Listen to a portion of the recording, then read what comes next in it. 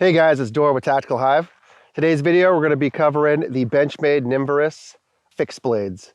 These were my go-to fixed blades for most of my career. I've had them for about 12 years, so stay tuned.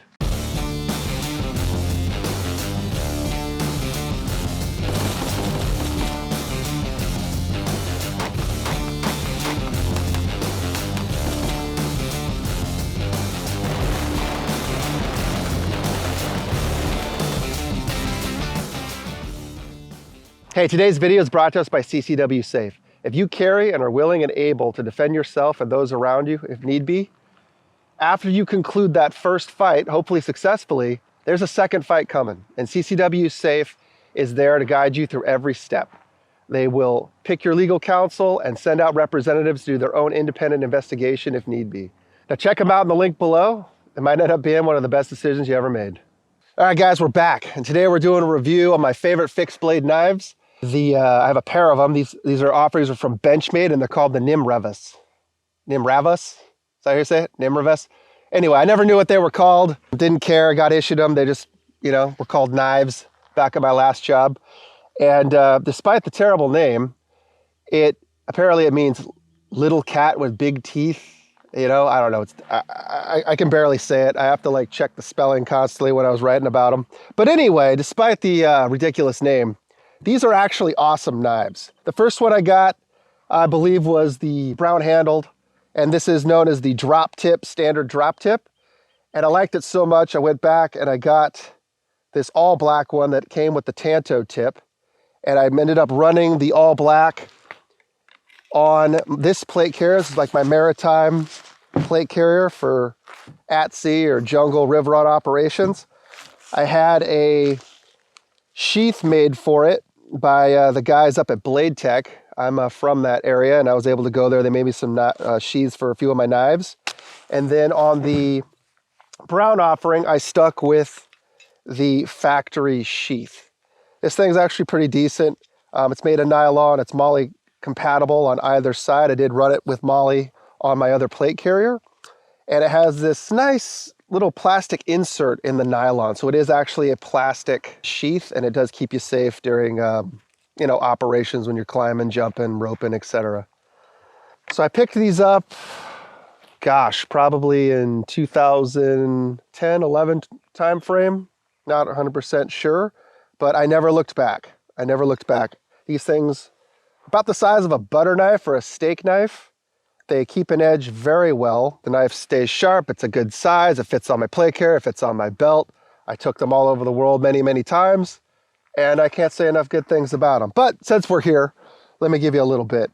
It's made of 154 cm steel, also known as 58-61 HRC. I have no idea what that means. But apparently it's good. People say that that's a good steel, and I can tell you after over a decade of hard use, these things have really held up to the test of time. On the handles, there's definitely some wear and tear, even corrosion. From time to time, I'd rinse these things off, put a little WD on them, hit them with a brush. But in the brown one, with brown handled drop tip, definitely got a lot more use during my career, because this was my CENTCOM, desert, urban, mountain environment go-to knife. I did deploy to the Pacific, and I did do some jungle river run training as well. And that's when this one got used, but not nearly as much. I did sharpen them from time to time, but honestly, I tried not to use these knives for administrative purposes. I'd have a folder or a Leatherman or, something along those lines for that kind of stuff. These were field knives only. And, once you're in the field, whatever you need to do, cut rope, open MREs, that's fine.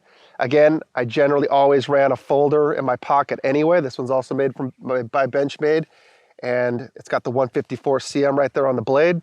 Have no idea what the model is. You're just gonna have to take a look, try and match it up, because if you ask me in the comments, I'm not gonna know. But somebody else might, so go ahead. Anyway, as you can see, this thing does have quite a bit of wear and tear, but especially on the handle, but on the blade itself, these things were kept in their sheaths. It's almost immaculate. I mean, it really looks, definitely not brand new, but it looks really good. And I don't take super good care of my knives. I just make sure that they're cleaned off, they're oiled as needed, and they remain sharp.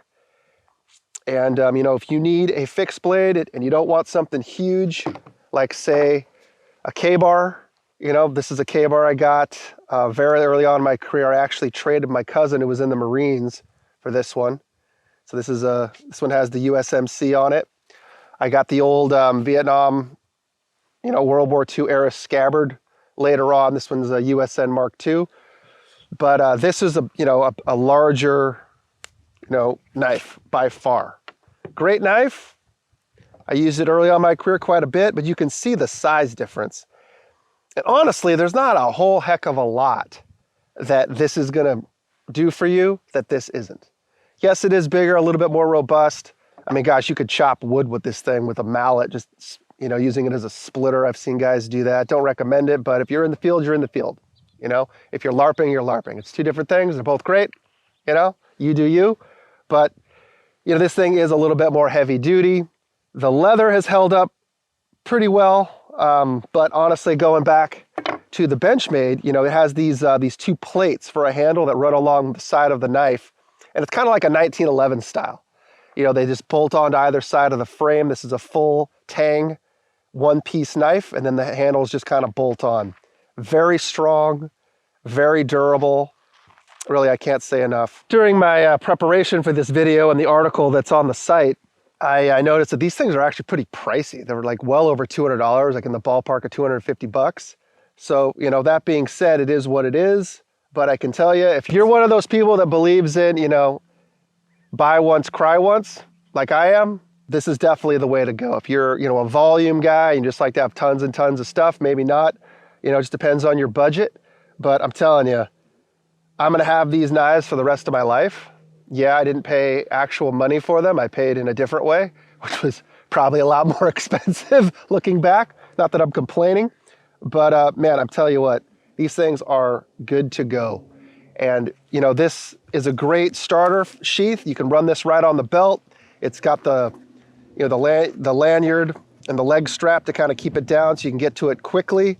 I have used the heck out of this sheath. I have no idea what happened to the original sheath for this one. Again, so there was a custom job I had made by Blade Tech. I just stuck it right onto the plate carrier. And then this one on my dry plate carrier, I take on and off as needed. But I generally ran them both in the same places. I ran my both my wet and dry plate carriers. They were pretty much configured about the same, just, you know, for the sake of muscle memory. So during, you know, any kind of combat operations on either one of my setups, I ran my knife in the front left. Why? Because, you know, the job, despite how much time we spend on getting to the target, be it air operations, maritime operations, long walks through the night, it all boils down to taking and holding ground and taking it away from people. And that generally happens in very close proximity to one another. So I like having the knife right here on my left side so that as I'm fighting or whatever, it's just right there.